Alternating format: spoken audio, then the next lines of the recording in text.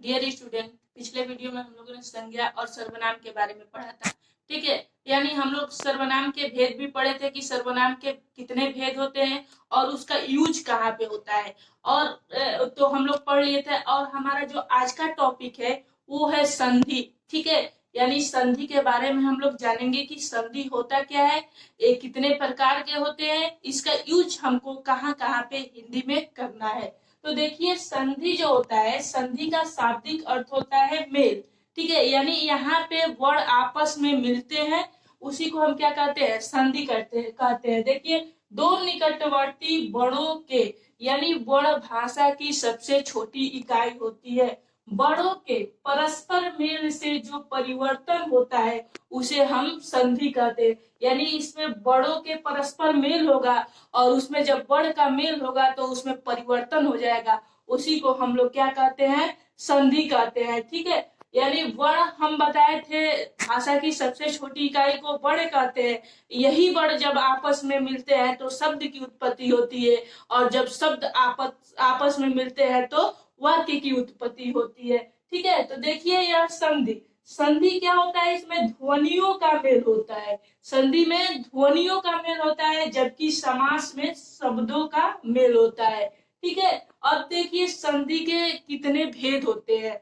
तो dear student, संधि के हमारे तीन भेद होते हैं। ठीक है, पहला होता है स्वर संधि, दूसरा होता है व्यंजन संधि, और तीसरा होता है विसर्ग संधि। ये तीनों अपने आप में एक पैराग्राफ है। ठीक है, यानी सबसे पहले हम लोग स्वर संधि के बारे में पढ़ेंगे कि स्वर संधि होता क्या है और एक कितने प्रकार के होते हैं। फिर नेक्स्ट वीडियो में हम लोग व्यंजन संधि के बारे में पढ़ेंगे, और फिर अगला वीडियो में हम लोग विसर्ग संधि के बारे में पढ़ेंगे। तो चलिए हम लोग पढ़ते हैं स्वर संधि के बारे में कि स्वर संधि होता क्या है और इसका यूज कहाँ कहाँ होता है।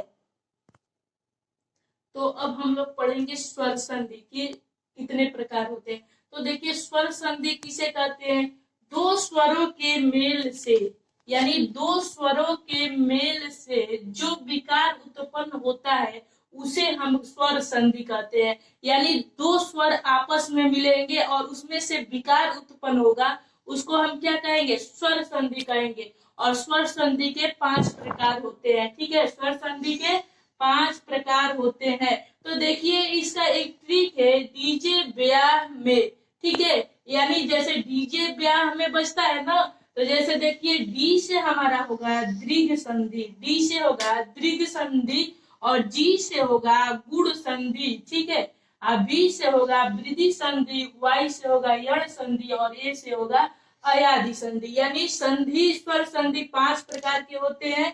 डीजे ब्याह में हमारा ट्रिक है, जैसे डी से दीर्घ संधि, जी से गुण संधि, भी से वृद्धि संधि, वाई से यण संधि, और य से यादि संधि। ठीक है, गुण संधि में हम लोग देखिए उसमें आता है अ या आ प्लस ई, बड़ी, छोटा ऊ, बड़ा ऊ, री। तो हमको इससे मतलब नहीं है। ठीक है, यानी गुण संधि, संधि में होता है जुड़ाव। ठीक है, यानी मेल, दो बड़ों के मेल, जिसमें बीच में क्या होता है, बीच में आपका ए आए, ओ आए, और आए। यानी जिस शब्द में बीच में ए, ओ और आता है वहां गुण संधि होता है। जैसे देखिए यहाँ पे नरेंद्र है, नरेंद्र में बीच में ए आया है, पुष्पेंद्र में ए आया है, सतेंद्र में ए आया है, परमेश्वर में ए आया है, और सोमेश में ए आया है, कमलेश में ए आया है। यानी इसके बीच वाले शब्द में ए की मात्रा हो और ओ की मात्रा हो और अर की मात्रा हो, वहां पे गुण संधि होता है। देखिए यहाँ पर महोदय, ओ की मात्रा है ना, विरोचित, रो पर ओ की मात्रा है, परोपकार, रो पर ओ का मात्रा है, एथेस्ट में री का मात्रा है, एथेस्ट में ए का मात्रा है, और सूर्योर्जा में री का मात्रा है। यानी जिस शब्द में बीच में ए, ओ और अर आए वहां गुण संधि होता है। ठीक है, यानी कोई भी शब्द हो गुण संधि का, उसके बीच में ए, ओ और अर हमेशा आएगा। इसी से हम गुण संधि को क्या करेंगे, पहचान लेंगे। अब हम लोग पढ़ेंगे वृद्धि संधि।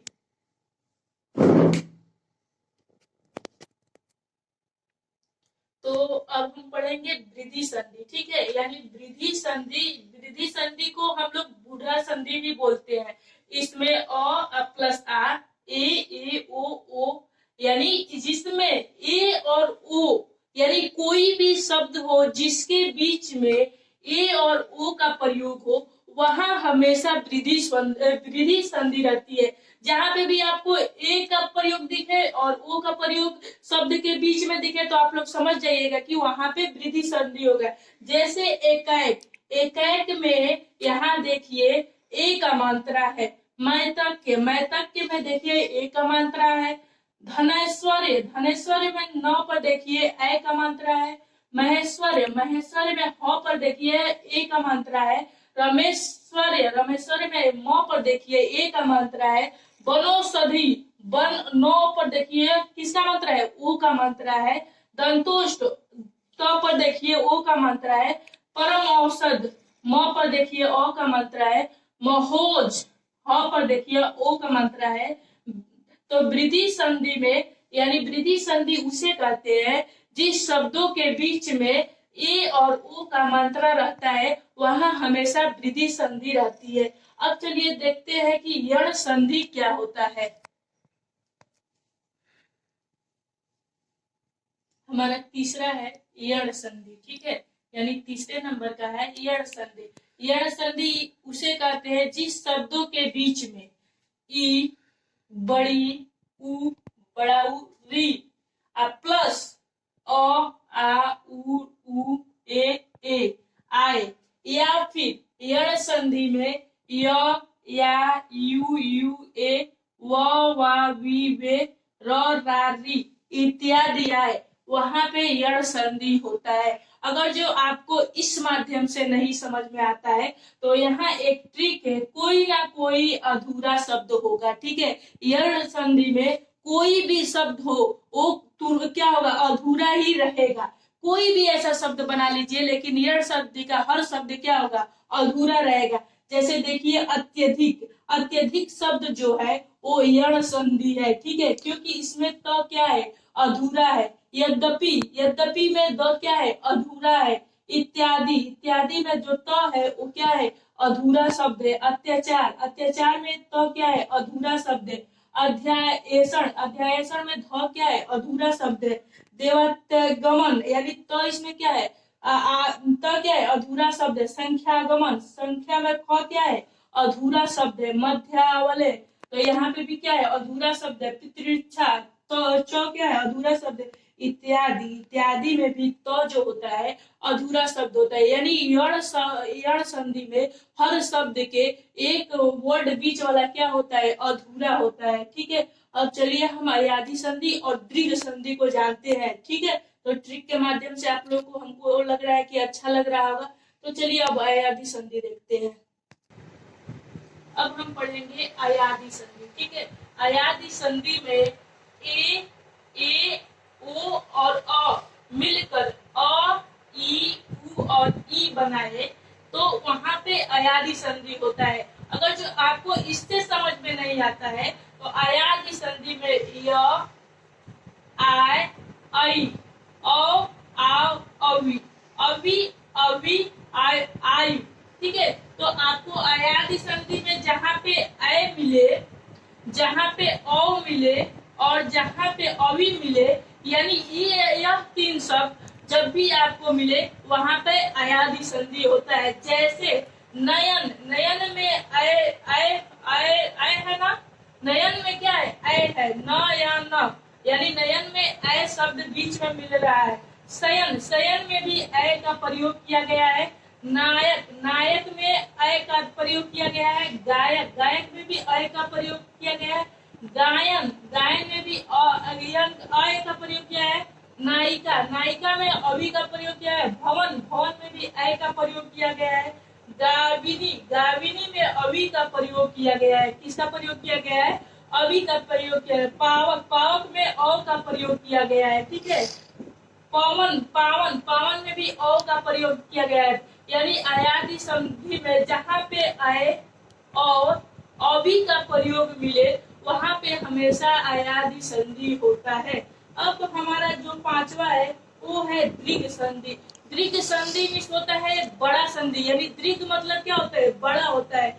जैसे यहाँ पे अ आ ई उ मिलाकर बने अ आ बड़ी बड़ी छोटी बड़ी और छोटा उ बड़ा उ, ठीक है। यानी आपको अगर जो इससे मतलब नहीं है तो आप डायरेक्ट देखिए, जहाँ पे यानी जिस शब्द में आ जाए, बड़ी ई आ जाए, बड़ा उ आ जाए, वहां पे हमेशा क्या होता है, दीर्घ शब्द बनता है, दीर्घ संधि बनता है, ठीक है। यानी दीर्घ संधि में किसी भी शब्द के बीच में या आगे आ जाता है, बड़ी ई आता है और बड़ा उ आता है। चलिए देखते हैं कैसे आता है। जैसे हम लोग यहाँ पे लिखे हैं स्वार्थी, तो स्वार्थी में थ के ऊपर बड़ी ई का मात्रा लगा है, इसलिए यहाँ पे दीर्घ संधि होगा। क्योंकि दीर्घ संधि में बताया गया है, दीर्घ संधि में कभी भी शब्द में आ आता है, बड़ी ई आता है और बड़ा उ आता है। देखिए यहाँ पे लिखा है वीरांगना, वीरांगना में व पर बड़ी का मात्रा है, ठीक है।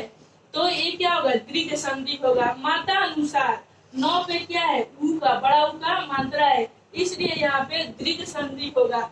नवागत व पर किसका मात्रा है, आ का मात्रा है। देखिए यहाँ पे आ का मात्रा है, तो नवागत भी क्या होगा, दीर्घ संधि होगा। सीमांत 100 पर किसका मात्रा है, बड़ी का मात्रा है, तो सीमांत भी हमारा दीर्घ संधि होगा।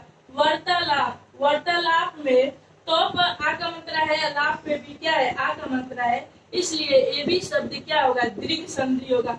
महात्मा, हा पे आ का मात्रा है, म पे आ का मात्रा है, इसलिए महात्मा शब्द भी हमारा दीर्घ संधि होगा।